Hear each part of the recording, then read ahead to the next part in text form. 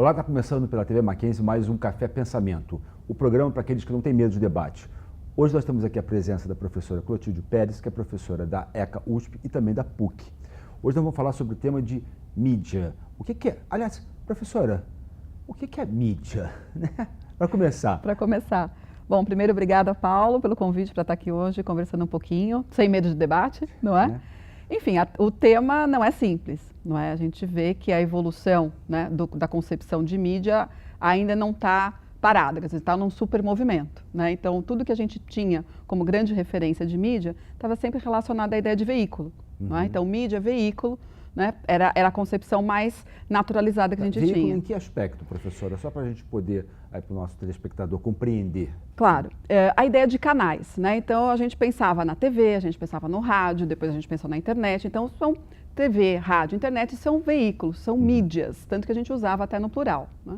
E teve um grande encantamento, principalmente após o surgimento da televisão, né? E isso no Brasil foi muito cedo, né? O Brasil teve TV muito rápido. É lá dos anos 50. Anos 50 a gente já começou a ter televisão, não é? Então parte também do nosso encantamento com a TV tem a ver com a precocidade que a TV entrou na nossa vida. E aí teve um grande marco, né? Que todo o aluno de comunicação leu lá o meio, a mensagem do McLuhan. E aí a gente vê que tem ali um grande fetiche onde ele coloca o meio e a mensagem, ou seja, o meio era a coisa mais importante. E a gente consegue entender, né? Quando surge a TV, né? Quando você traz, né, você tem o texto, você tem a imagem, você tem o movimento dentro da sua casa, não é? Porque a gente tinha o cinema, mas não tinha dentro de casa, realmente tem um encantamento enorme. Agora, tem uma profusão de veículos, de mídias, de aparatos, né? Então eu tenho tablet, eu tenho notebooks, eu tenho leitores, eu tenho wearables, né, os vestíveis, eu tenho pulseiras, anéis, enfim. O que é mídia? Parece que tudo mais ou menos vai sendo mídia. E aí a dificuldade da gente particularizar. Né? Então, eu não sei se você já teve essa experiência de pedir uma pizza, e a pizza, né, chegar na sua casa, a caixa de pizza, e a tampa ser uma divulgação de um novo edifício no seu bairro. Claro. Né? Então, ali a própria embalagem está servindo de mídia. Então, quando parece que tudo é mídia, é difícil você particularizar, singularizar. Né? E uma confusão, de certo modo, não? E uma confusão, quer dizer, se espalha, e inclusive tem uma referência muito interessante, que é o Jenkins, né, que é o autor da Convergência, super conhecido também no Brasil. Ele escreveu um livro há uns 2, 3 anos atrás, já está traduzido. O título original é Spreadable Media, a mídia espalhada, né, como você espalha manteiga no pão. Não é? Ele foi traduzido como a cultura da convergência. O nome não é muito bom, mas enfim. E ele fala exatamente isso, esse espalhamento da mídia e a dificuldade de particularizar, porque a cada momento sai um novo device, um novo veículo.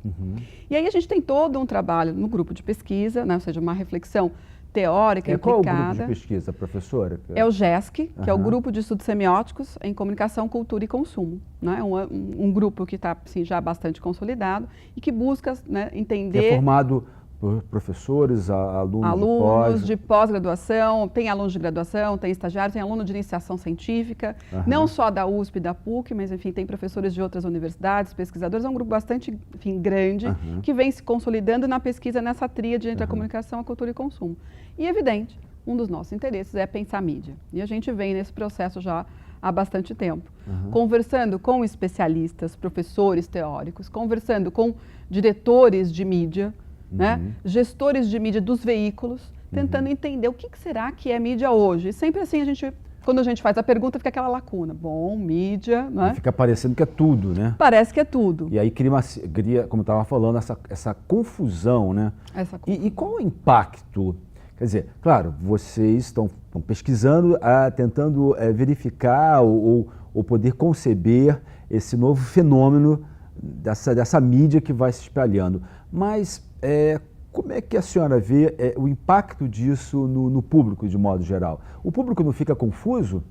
Então, não sei se o público fica confuso, mas é que a gente tem que mudar o paradigma. Né? Qual que era a tradição, né, de estudar o que os meios fazem com as pessoas? Então, a televisão manipula, né, o jornal manipula. Então, assim, o que o meio faz sobre nós?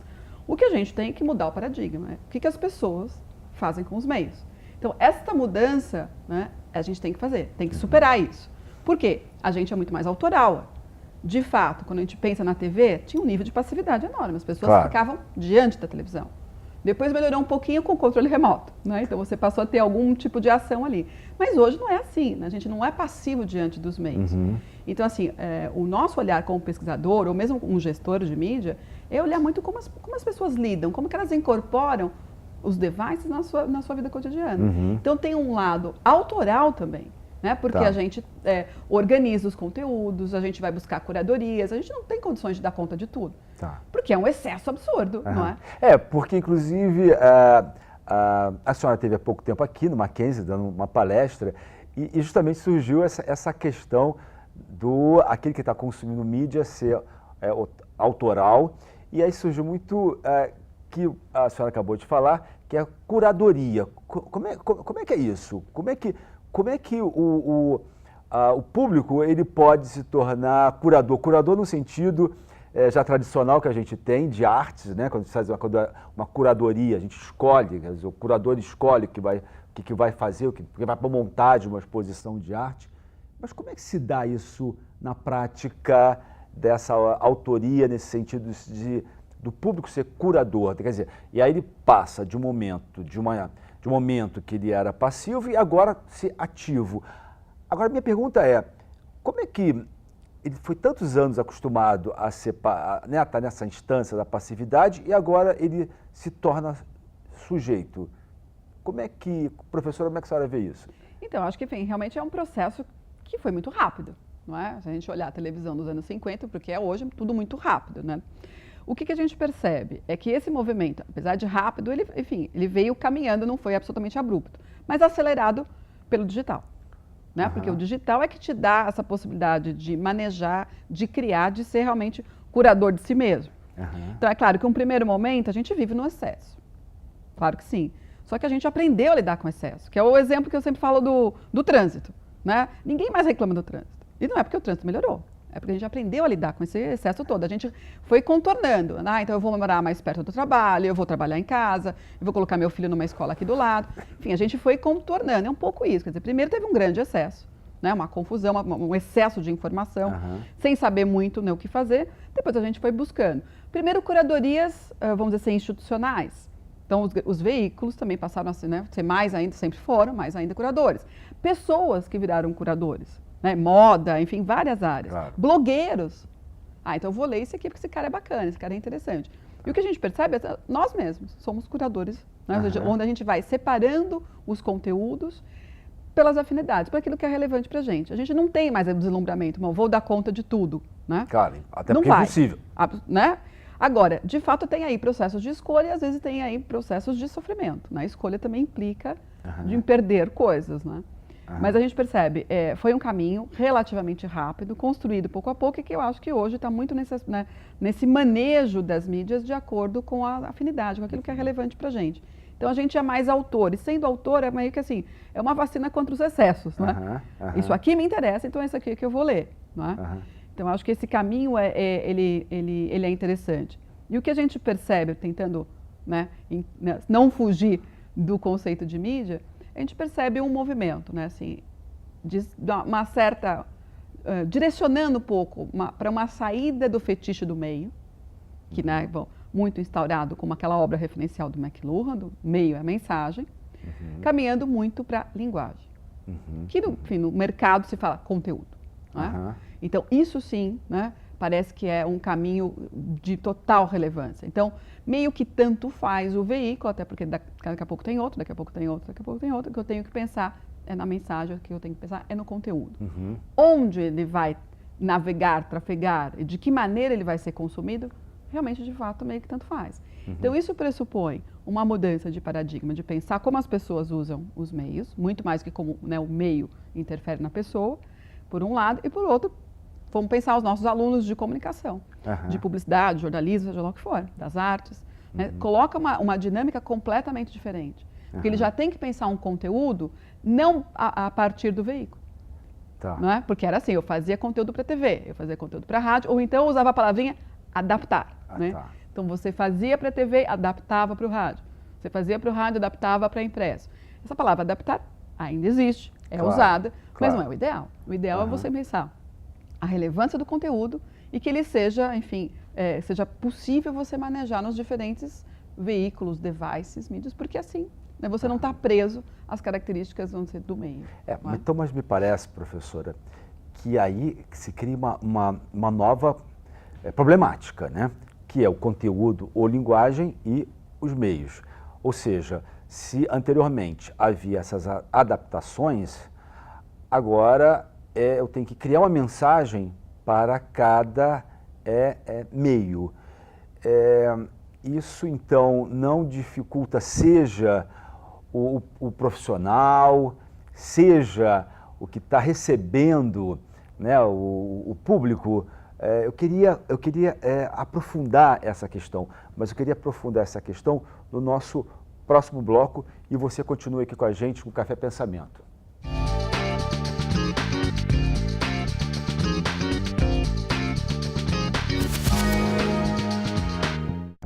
Olha à sua volta, é muito difícil encontrar alguma atividade que não esteja relacionada com a tecnologia da informação, a TI.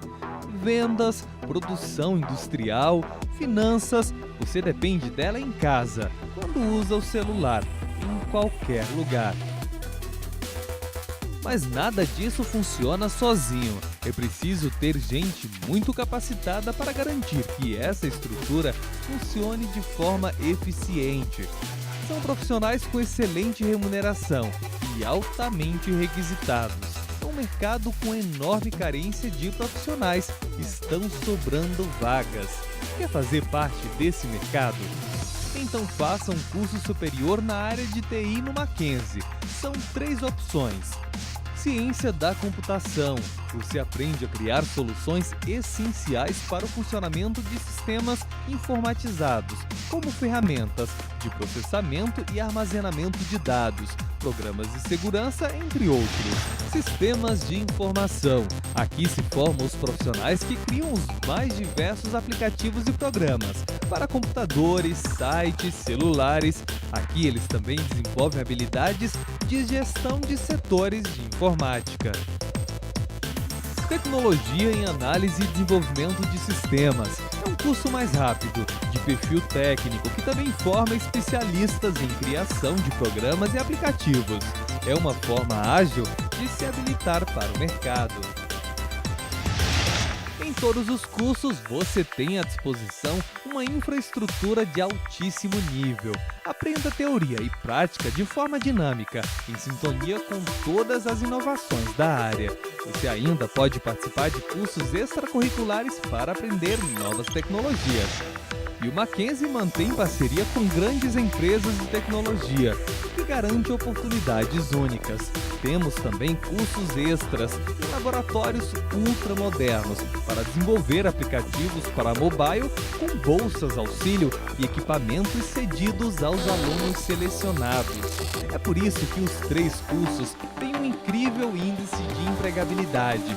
Eles são referência para o mercado. Faça parte do mercado mais vibrante do momento e seja mais um profissional disputado. Comece uma carreira em TI no Mackenzie. Um mundo para você.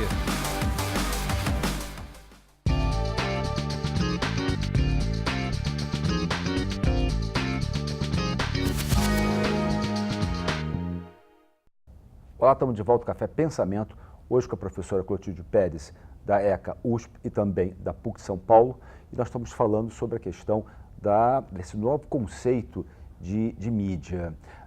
Professora, eu estava falando no bloco anterior, né, que a senhora estava falando a respeito desse novo conceito e também estava falando dos excessos, que cada vez mais vai se criando novas mídias, e aí essa dificuldade entre de formular conteúdos ou linguagens para cada nova mídia e também aquele que está recebendo, né, o público. E eu queria justamente aprofundar isso. Acaba tendo um vão aí, quer dizer, ou uma dificuldade entre criar linguagens para novas formas de mídia e que muitas das vezes, pelo que eu entendi, não dá, pode ainda continuar se adaptando ou não. E aí não acaba. Como é que fica isso? Como é que fica essa... E tendo em vista também que a gente tem uma velocidade cada vez maior de novas tecnologias, como é que fica isso, professora? Bom, não é fácil, né, Jô? A questão né? Tem uma complexidade muito maior. né? Então, assim, quando a gente pensava, vamos fazer um plano de mídia, né? Então, isso aqui vai para a TV, isso aqui vai para o rádio, era muito tranquilo. Hoje a gente não consegue pensar dessa maneira, né? Porque o que muda, o que traz essa grande complexidade é que não é necessariamente conteúdos diferentes, é ter um posicionamento transmídia, ou seja, este conteúdo, na sua relevância, como ele vai transitar pelas diferentes mídias. Então não é uma mensagem, um conteúdo diferente para cada um, mas sim como, né, este conteúdo ele vai, né, ser disponibilizado, ofertado em diferentes plataformas. E no meio de tudo isso, quando a gente olha sempre para a pessoa, né, que está lá, que era no passado o receptor, né, que hoje não é mais um receptor, ele é bastante autor, ele pode estar em qualquer lugar. Né? Então, o digital também trouxe essa questão da ubiquidade, ele pode estar em qualquer lugar, ele pode estar vendo no celular. A gente percebe, né, o smartphone como meio que um lugar de convergência, né, onde tudo parece que vai ali para dentro. Né? Então, assim, o que muda em termos de produção é ter um pensamento transmediático. E não mais um pensamento para a TV, ou para o jornal, ou para o impresso que eu vou adaptando.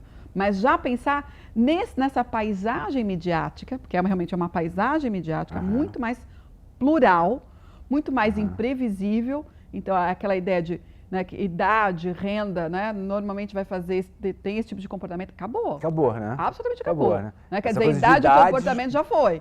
Né? Então, antes você tinha aquela curvazinha, né, bem bonitinha, né? Então, você tinha a criança, o bebê, né? O bebê, a criança, o adolescente, o jovem, o adulto, o idoso. Isso com comportamentos mais ou menos previsíveis, acabou. Né? Você tem a criança adultizada, o jovem hipster, né? O adulto Peter Pan, né?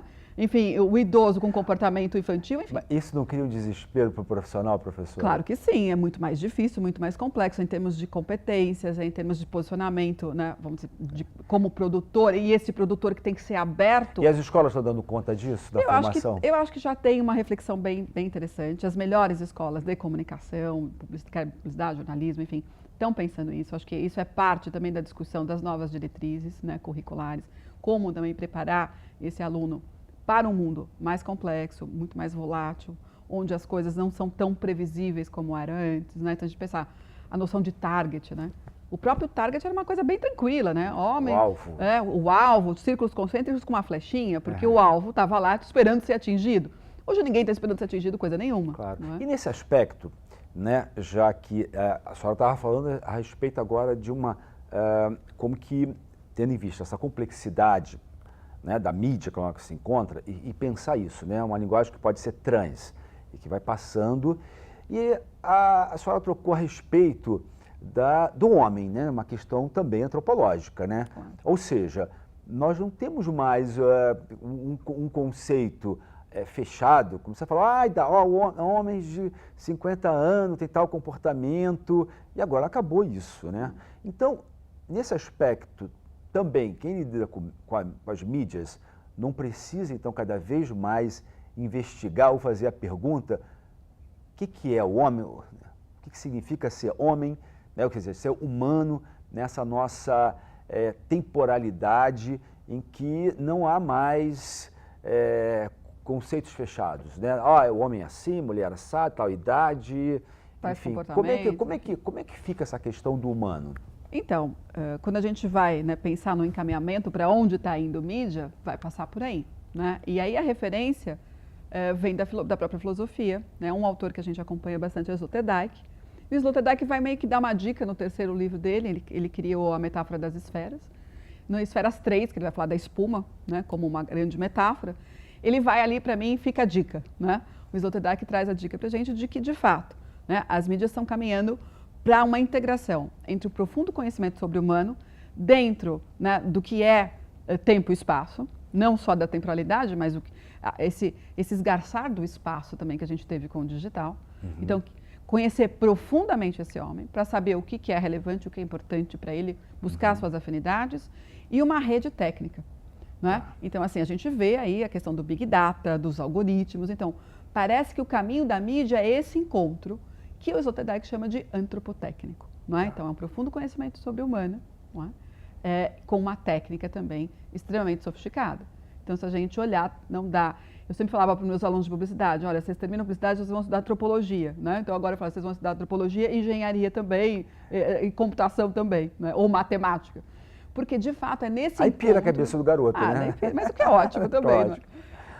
Então, o mundo realmente demanda, né, uma postura inter e transdisciplinar, não é? Então, assim, mídia está caminhando muito para isso, né? Para essa integração entre o profundo conhecimento sobre o humano, que a gente está chamando essa dimensão antropológica, com o estudo aí, técnico representado, que a gente podia dizer hoje, pelo grande Big Data, né, tanto que se fala do Big Data, dos algoritmos, ou seja, da capacidade matemática também de buscar esses encontros.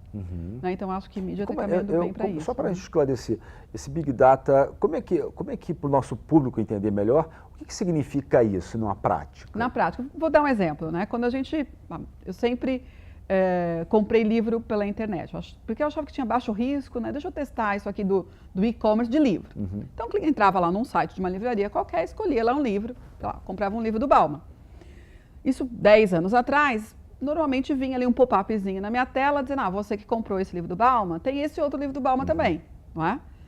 Hoje é muito mais sofisticado, então hoje se eu entro no mesmo site e clico lá e compro um livro do Bauman, lá, Vida para o Consumo, vai vir, né, uma outra entrada, um outro pop-up dizendo, olha, você que leu, né, que comprou o Bauman, olha, tem esse outro livro aqui, por exemplo, o Esferas 3 do Sloterdijk, que tem tudo a ver com essa metáfora do Bauman.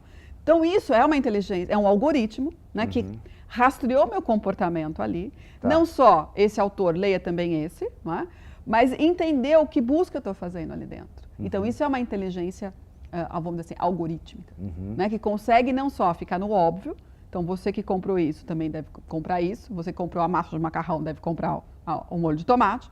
Mas sim falando da complexidade. Quem busca esse autor, né, que conteúdo está buscando? Que tipo de inquietação está aqui? E me oferece uma outra alternativa que não é tão óbvia. Então, o que a gente percebe, né, essa rede antropotécnica vai construindo essa inteligência no digital e vai trazendo, né, mais proximidade em termos do que é relevante para mim, do que é relevante para você, assim por diante. Por isso que essa parceria, não é?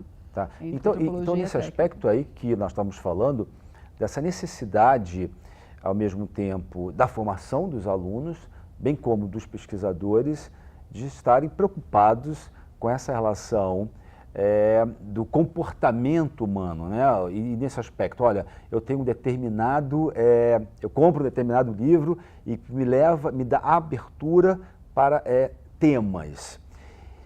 E aí eu volto à questão da curadoria. Isso acaba também não ficando complicado para quem está recebendo, porque assim, ele está me oferecendo mais isso. Mas aí quando eu vou comprar uma coisa, sei lá, olha, estão me dando tal livro, aí eu compro outro livro, mas aí me dá outras possibilidades. Isso acaba, de novo, não entrando vai abrindo o ângulo. Isso não pode ser desesperador? Pode também, claro que sim. Mas aí é a questão realmente da inteligência desse Big Data, não é? Qual que é o limite disso ser porque uma senão curadoria? vai levando, você vê, qual que é o limite disso ser de fato uma curadoria? Comprei a livraria inteira. Comprei tudo, né? Então, mas realmente aí é o nível, aí vamos dizer assim, já entra na própria gestão, né? Como é que eu vou manejar essa informação que é extremamente qualitativa, né? Porque senão vai ter o efeito exatamente contrário, né? Desesperador, não quero a livraria inteira, não compro nada, né? Então, assim, realmente, qual que é o limite? De ser interessante, putz, que bacana, esse livro tem tudo a ver comigo, de um excesso, né? De entrar num processo de consumismo, enfim, né? Então, aí vai de novo a inteligência de gestão desse Big Data, né? Dos limites, de quanto isso é bacana, é bem-vindo, né? A dica que eu estou recebendo, quanto isso é opressivo também. Né? Então, aí vem o humano para realmente atuar, não é? E não só o robô lá, né? Resolvendo as questões. Professora, adorei aqui o nosso papo. Infelizmente, nós também aqui temos um limite. Gostaria de agradecer que tem nos acompanhado. E não sei se a professora queria falar alguma coisa, alguma Não, também, enfim, final. Adorei, achei ótimo. Foi meu primeiro programa aqui, não é, Paula? Adorei, achei bem bacana. Agradecer novamente o convite, agradecer o Mackenzie também pela iniciativa de ter uma TV e ter um programa tão bacana. Parabéns. Joia. Obrigado e até o próximo Café Pensamento.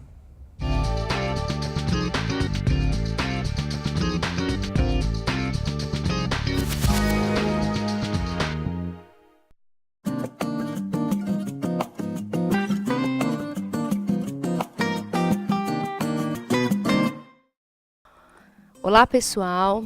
A minha dica de hoje é para você que gostaria de conhecer um pouquinho mais sobre a educação à distância e o papel do professor nesse novo contexto educacional. O nome do livro é Polidocência, na educação à distância. E ele vai tratar das questões sobre quem é o docente para a educação à distância hoje.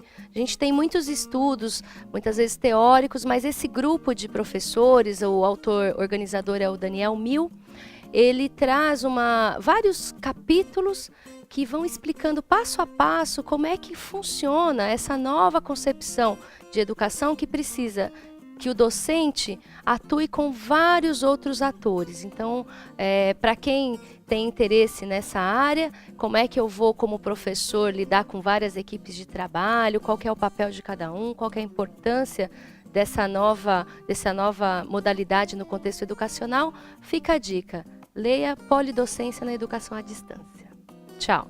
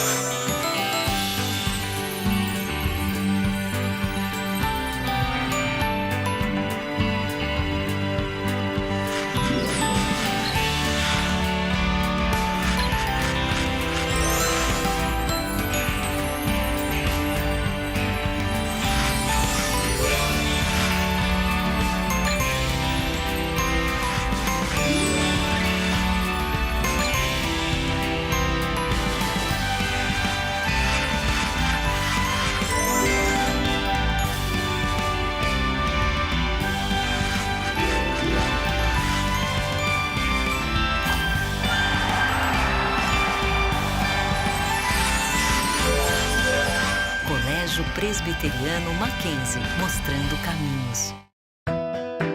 Estudar é uma forma de ampliar horizontes. E no Mackenzie, sempre é hora de aprender. Não importa se você é criança, adolescente ou adulto. Porque aqui, você sempre encontra educação de qualidade. Do ensino fundamental à pós-graduação. Descubra o que o Mackenzie pode oferecer. Acesse o nosso site. Mackenzie, um mundo para você.